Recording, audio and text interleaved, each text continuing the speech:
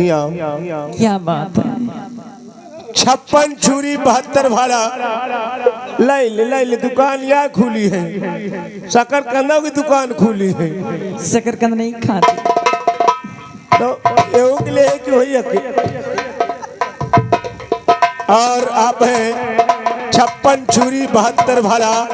ये आ गया लौंडा भरवारी वाला, ये शिवचंद, इनकी तरफ से 21 रुपए। उनका कहना है जोकर साहब ये पैसा अपने जेब में भर लो स्पेशल। और उनका गाना है माई मुंगली, माई मुंगली वाली गाली गारी। हाँ गारी सुनाओ। मैं तो का गारी क्यों कहा